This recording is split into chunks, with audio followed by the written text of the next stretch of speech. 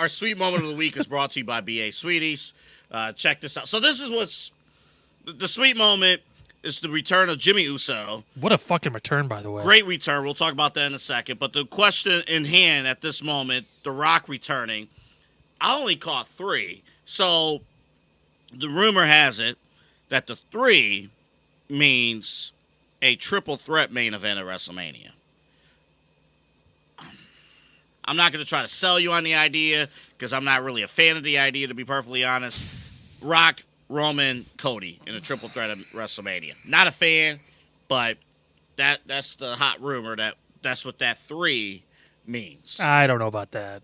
I think it's more likely that he's talking to Cody, Roman, and who was the other person in the ring at that point? Jimmy. Jimmy. Yeah, sorry, Jimmy, right there. Those guys being already done. Forgot an Uso by Kyle Cordell. Already. I don't forget the other one. But no, like this overall, both returns fantastic. It was great. Jimmy's return was he's found something, and we talked about this before. Like kind of, he was like, okay, it's Jay. He's the Intercontinental Champion. He's the star. He's all that stuff. Jimmy's been able to be what's the term a lot of sports guys use, a star in your role.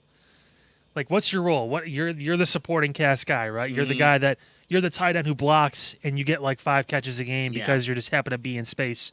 You may only get 25 yards, but he's we need that. He's an excellent role player. But you're getting that first down. He's a role player. He's your. I mean, he's in the starting lineup, but you can easily say he's a 6 man. He's butting the guy in the scoring position. Correct. That's what he's doing. Setup man. Yes. He's the We're guy. in baseball season. Setup man. He's pitching the 8th inning. He's getting you the 9th, like that kind of thing. He's a good setup guy, and that's what Jimmy is, and he plays that role fantastic. Like being Roman's sidekick. Like, he plays that role to a T, even to the point where Roman was shocked he was around. Like, that was great. Yeah, I watching that match in full and seeing it all laid out. What do you expect from a Bloodline match? Wonderfully, phenomenally booked. Everything, storyline purpose, it all played itself out.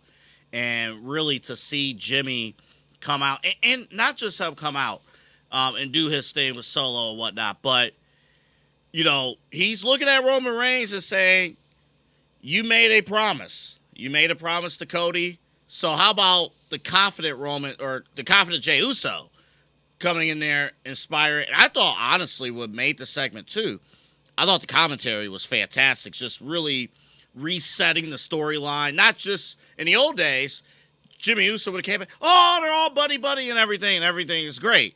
No, I love how the commentary basically established, hey, Jimmy did not leave on good terms, even with Roman.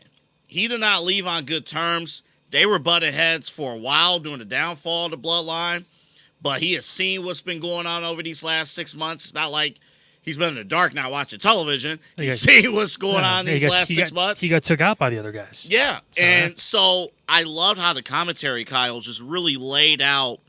They refreshed the background story and didn't just hide it.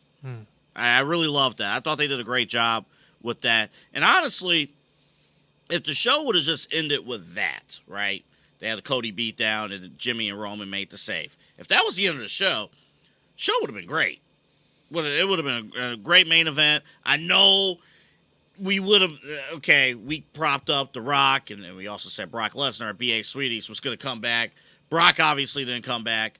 But would you have been disappointed if The Rock didn't come back to this show? If you didn't know that he was already in Georgia like the day before. I think I'd be more disappointed and I still could be disappointed if he came back for this and then doesn't show up again for until January. Mm-hmm.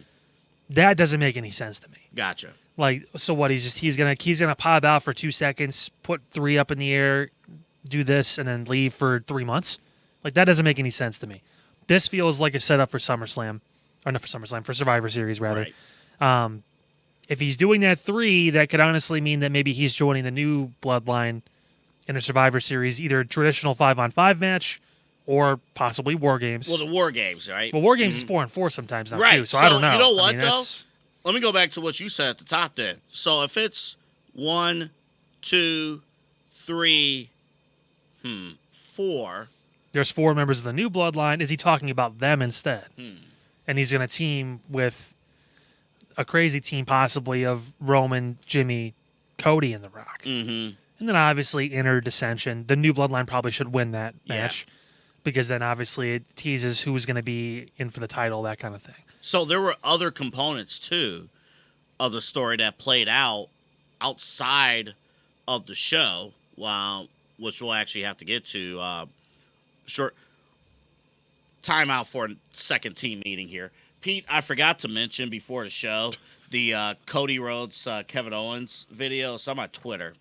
Let me know if you can find that. It's on there. Pete's like, fuck, I have to work? No. No, Pete's like, yeah.